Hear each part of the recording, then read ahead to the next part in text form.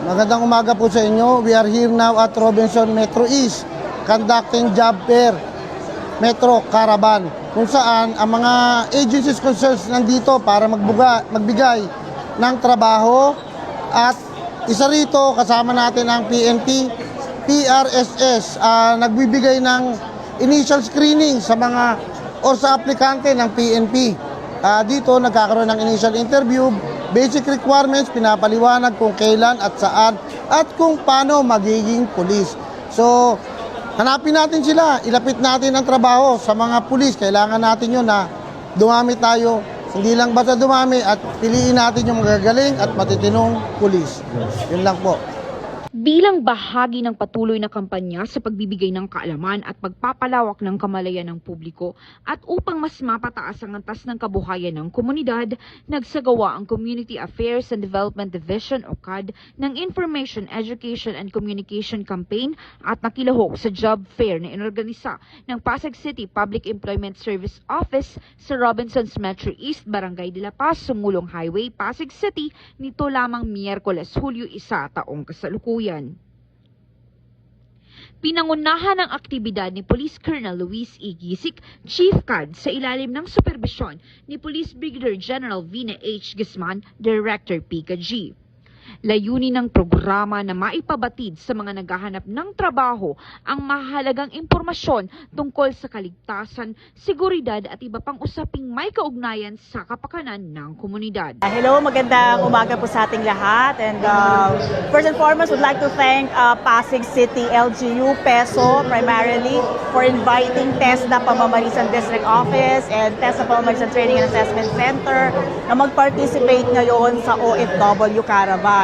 So narito ngayon ang TESDA, dala-dala namin yung mga programs na bagong inilahad ng ahensya. Behind me, as you can see, is the TESDA Skills Passport mobile app. This is downloadable, pwede po sa Google Play para sa mga Android apps, and also into Apple Store. Pwede na rin po siya, no? So what you can do with the app, basically kung ikaw ay NC holder, nakahook na po rito lahat ng national certificates na na-acquire mo sa TESDA. So it becomes your ready passport ng lahat-lahat po ng skills na meron ka over the years. So every time you apply or you face an interviewer and you don't have any credentials, this becomes a digital credential, tawag dito, portfolio na meron ka. So hindi na siya hassle sa iyong pag nag-undergo ka ng interview. This is also a portal for you to see yung mga scholarship grants na available sa TESDA anywhere in the country. We're very thankful for Pasig City LGU, and of course to Mayor Vico Soto, and of course liderato din po ng Pasig City Employment Services Office. Maraming salamat for inviting TESDA Pamamarisan District Office. Isinagawa ang information drive at job fair bilang bahagi ng pagdiriwang ng ika-31st PCR Month celebration na may temang Sa Bagong Pilipinas, Ugnayang Pulis at Mamamayan, Tapat, Maaasahan at Nararamdaman ng Bayan.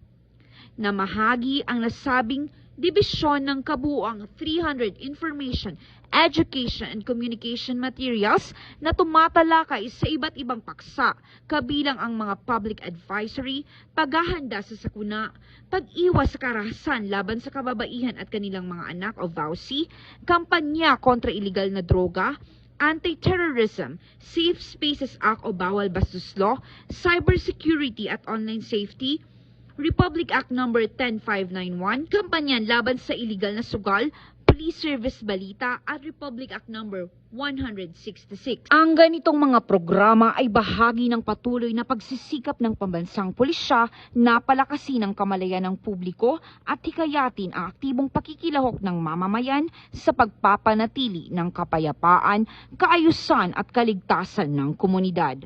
Bagong PNP para sa Bagong Pilipinas, serbisyong mabilis, tapat at nararamdaman. Mula dito sa Robinsons Metro East, Pasig City, ako ang inyong PNN correspondent, Patrolwoman Jera de Luterte, alagad ng batas, tagataguyod ng Balitang Pulis.